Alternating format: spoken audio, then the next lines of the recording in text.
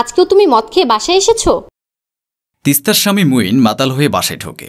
তার টালমাটাল অবস্থা দেখে প্রশ্নটা করে তিস্তা। মুইন তিস্তার গায়ে হাত তোলে, বেদম মারধর করে বলে, আমি নেশা করলে তোর কি? আমার টাকায় নেশা করেছি, তোর বাবার টাকায় না। বাপের টাকায় করো না, তোমার টাকাতেই করলে, কিন্তু নেশা করে কি শান্তিটা পাও? শান্তি পাই বলে নেশা করি। তোর সমস্যা হইলে আমার সাইডে চলে যা, কথা বলবি না, শ্মশান দিকা। মুইন তিস্তাকে ধাক্কা দিয়ে সরিয়ে দেয়। এরপর মাতাল অবস্থায় গিয়ে নিজের বেডরুমে ধপাস করে শুয়ে পড়ে। তিস্তা ড্রয়িং রুমে বসে কান্না করছে। জীবনটা শেষ তার। কপালে জুটেছে এক মাতাল স্বামী। জীবনের সব রোজগার মদ খাওয়ার পেছনে ফুরোচ্ছে। জীবনে সুখ জুটল না তার। বাবা মা বিয়ে দিয়ে দিল। শ্বশুর শাশুড়ি ছেলের দেখাশোনার জন্য ছেলের সাথে ঢাকায় পাঠালো। আর এখানে এসে দেখে কি স্বামী একজন মদখোর। বউয়ের প্রতি কোনো দায়িত্ব নেই তার। তিস্তা কাঁদতে কাঁদতে ড্রয়িং রুমে ঘুমিয়ে পড়ে। পরদিন সকালবেলায় মুইন ঘুম ভাঙতেই নিজের মাথাটা ভারী ভারী বোধ করে। মনে পড়ে গতকাল রাতেও সে বন্ধুদের সাথে মদ খেয়ে এরপর বাসে ঢুকেছে। আজকে অফিস ছুটি, আর প্রতি ছুটির আগের রাতেই সে ড্রিঙ্ক করে বাসে ফেরে। গতকাল এসেও কি বউকে মেরেছিল? কিছুই মনে পড়ছে না মুইনের। একটু বেশি খেয়ে ফেলেছিল সে, যার ফলে এই অবস্থা। মুইন রুম থেকে বের হয়ে ড্রয়িং রুমে আসতে দেখে তিস্তা সোফার সাথে হেলান দিয়ে ঘুমাচ্ছে। মুইন কাছে গিয়ে বসতেই গালে গলায় মারার দাগ স্পষ্ট দেখতে পায়। ফর্সা মেয়েটার গায়ে হালকা আঁচড় লাগলেই দাগ বসে যায়। মুইন তিস্তার গালে মৃদু চাপড় দেয়, আস্তে ধীরে ডাকে, তিস্তা, তিস্তা, এই তিস্তা। কারো ডাক কানে যেতেই ধরফরিয়ে ওঠে তিস্তা। স্বামীকে দেখে ভীতু চাহনিতে তাকায়। কান্না কান্না গলায় বলে, আমায় মারবেন না প্লিজ, আমার শরীরে এমনি অনেক ব্যথা। আম সরি, আমি ইচ্ছা করে মারিনি তোমায়। জানি না নেশাগুলো আমার কি হয়ে যায়, হুঁশে থাকি না। কি করে বসি পরে মনেও থাকে না। তিস্তা শান্তির নিঃশ্বাস ফেলে। আজ এটা নতুন না। বিয়ের পর ১.৫ বছর ধরে দেখেছে মুইন পুরো সপ্তাহ ভালো, শুধু যেদিন অফিসে সাপ্তাহিক ছুটি থাকে তার আগের দিনই এমন করে। তিস্তা উঠে দাঁড়ায়, তা দেখে মুইনও দাঁড়ায়। তিস্তা বলে, ফ্রেশ হয়ে আসেন, আমি নাস্তা বানাচ্ছি। ওকে। মুইন চলে যায় ফ্রেশ হতে। তিস্তা নাস্তা বানাতে ব্যস্ত হয়ে পড়ে। এভাবে কেটে যায় বেশ কিছুদিন। দিনকে দিন মুইনের ড্রিঙ্ক করার পরিমাণ বাড়ছে। তিস্তা এ নিয়ে বেশ চিন্তিত থাকে। একদিন দুপুরবেলায় রান্না সেরে গোসল দিয়ে ছাদে কাপড় মেলে দিয়ে বাসে ঢুকছিল তিস্তা। তখনই পেছন থেকে পাশের ফ্ল্যাটের ভাবি মিশমি তাকে ডাক দেয়। তিস্তা হাসি মুখে জবাব দিয়ে বলে, ভালো আছেন ভাবি? এই তো ভাবি, আলহামদুলিল্লাহ। যদি কিছু মনে না করেন, আমরা বসে এক কাপ চা খেতে খেতে কথা বলতে পারি? ভাই কি বাসায়? আরে ভাবি, কি মনে করব, ও বাসায় নেই। আসেন আসেন, ভেতরে আসেন। তিস্তা মিশমিকে সাথে নিয়ে বাসায় ঢোকে। মিশমিকে বসতে বলে কিচেনে গিয়ে ২ কাপ চা আর বিস্কুট সাজিয়ে আনে। এরপর নিজ সোফার এক পাশে বসে। মিশমি চায়ের কাপে চুমুক দিয়ে তিস্তাকে বলে, ভাবি, কিছু পার্সোনাল কথা বলবো, যদি অনুমতি দেন।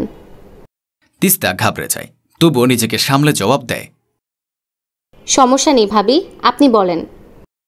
ভাইয়ের সাথে আপনার সব ঠিকঠাক তো? না মানে মাঝে মাঝেই খেয়াল করি আমরা একসাথে ছাদে কাপড় মেলতে গেলে শাড়ির ফাঁকে আপনার গলায়, ঘাড়ে, কোমরের দিকটায় মার খাওয়ার মতো দাগ থাকে। ভাই কি আপনার গায়ে হাত তোলে? আজও দেখলাম ছাদে গেলেন, কেমন খুঁড়িয়ে হাঁটলেন। পায়ের দিকে খেয়াল করলাম, দেখলাম গোড়ালিতে ফুলে উঠেছে। আমায় একটু সত্যিটা জানাবেন? প্রায়ই খেয়াল করি ভাই নেশা করে। আমাদের বাসার কলিং বেল বাজিয়ে বসে নিজেদের বাসা ভেবে। আমায় একটু বলেন না ভাবি, আপনি ঠিক আছেন তো? তিস্তা এই পর্যায়ে নিজেকে সামলাতে পারে না। নিজের মনের মাঝে এই দুঃখ চেপে রাখতে রাখতে তার অবস্থা গুরুতর। সে কান্নায় ভেঙে পড়ে। কান্না করে বলে, আমার স্বামী তার বন্ধুদের সাথে রোজ ছুটির আগে রাতে ড্রিঙ্ক করে এসে আমার উপর অত্যাচার করে ভাবি। এত সব মেনে নেওয়াও যায় না, আবার বাবা মায়ের মুখের দিকে তাকিয়ে কিছু বলাও যায় না। কি যে করব আমি? কি করবেন? প্রতিবাদ করবেন, উচিত শিক্ষা দিবেন। অনেক সহ্য করেছেন, আর করবেন না। এত সহ্য করার মানে হয়? মানুষ হয়ে অন্য মানুষের মার খাওয়া, বিষয়টা ভাবতেই কষ্ট লাগে। স্বামী হয় ভাবি, কি করে উচিত শিক্ষা দিব? শুনেন, আমি বলে দেই, এভাবে চেষ্টা করে দেখেন, ভাইয়ের নেশা কমে নাকি। কমতে কমতে বাদ পড়বে। এতদিনের অভ্যাস তো সহজে ছাড়বেও না, কিন্তু আস্তে আস্তে কমে যাবে। কিভাবে ভাবি? কি করব আমি? শুনেন তবে, ভাইয়া কবে রাতে ড্রিঙ্ক করে আসে তা তো জানেনি, সেদিনই এসব করবেন। মিশমি কানে কানে তিস্তাকে সব বুঝিয়ে দেয়। তিস্তা সব শুনে ভয়ে ভয়ে বলে, এতে কাজ হবে ভাবি? উল্টো রিয়াকশন আসবে না তো?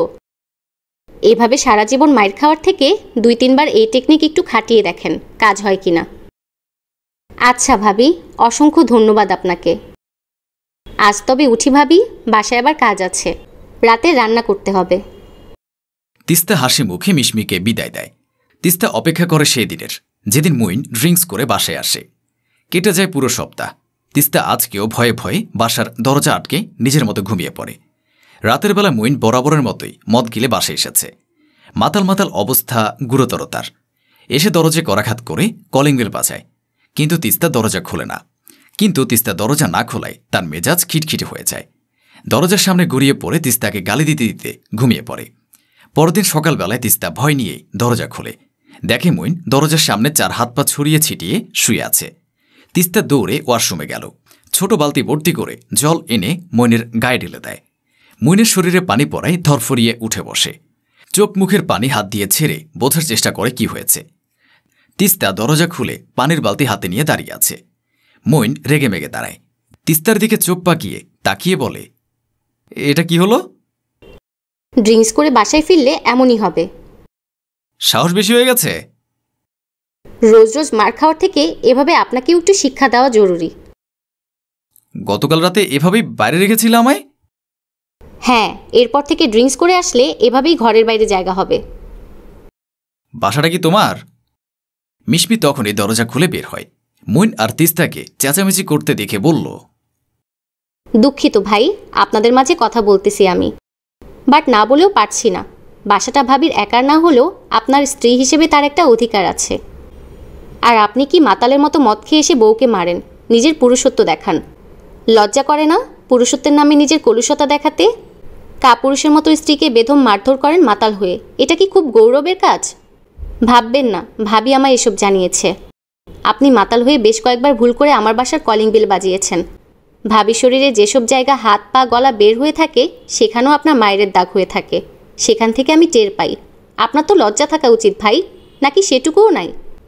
বিয়ের আগে যা করতেন করতেন, ওসব বাদ দিয়ে একজন বাবা রাজকন্যাকে নিয়ে এসেছেন। তাকে রানীর মতো আগলে রাখা আপনার কর্তব্য। কিন্তু আপনি তো নির্লজ্জ লোক, হয় আপনার মতো না। মিশমি কথাগুলো বলেই ভেজা কাপড়ের বালতি নিয়ে ছাদের দিকে পা বাড়ায়। মুইন মাথা নিচু করে তিস্তার সামনে দাঁড়িয়ে থাকে। তিস্তা দরজা থেকে সরে দাঁড়িয়ে বলে, বাসায় ঢুকেন, ফ্রেশ হন, নাস্তা বানাই আমি, খেয়ে রেস্ট করেন। মুইন জবাব দেয় না। বাসায় ঢুকে ফ্রেশ হয়। তিস্তা নাস্তা বানিয়ে মুইনকে ডাক দেয়। মুইন এসে দেখে তিস্তা খাবার টেবিলে খাবার সাজাচ্ছে। সে পেছন থেকে তিস্তাকে জড়িয়ে ধরে। তিস্তা প্রথমে ঘাবড়ে গেলেও পরে বুঝতে পেরে শান্ত হয়। মুইন গম্ভীর স্বরে বলে, আমায় ক্ষমা করে দিও। আসলে মদ খেলে আমার মাথা ঠিক থাকে না। আর প্রথম দিকে বিয়েতে আমার মতামত না থাকায় তোমায় বউ হিসেবে একটু মানতে কষ্ট হতো। মদ খেলে তোমায় দেখলেই আমার রাগ বাড়ত, জানি না কেন। আর সারা সপ্তাহে বসের ঝাড়ি, কাজের প্রেশার, মাথা পাগল হয়ে থাকতো। একটু শান্তির জন্য সব ভুলে থাকতে মদ খেতাম। কিন্তু এটা অন্যায় বুঝলাম। আমায় ক্ষমা করে দিও। আজ থেকে আমি চেষ্টা করব একজন ভালো স্বামী হওয়ার। তিস্তা মুচকে হাসে। যাক, মিশমি ভাবির প্ল্যান কাজে লেগেছে। তিস্তার জবাব না পেয়ে মইন আবার বলল, আমায় ক্ষমা করেছ তো? সাহেব, এবার বসেন, খেয়ে নেন। স্বামী স্ত্রীর সম্পর্ক সুন্দর, পবিত্র।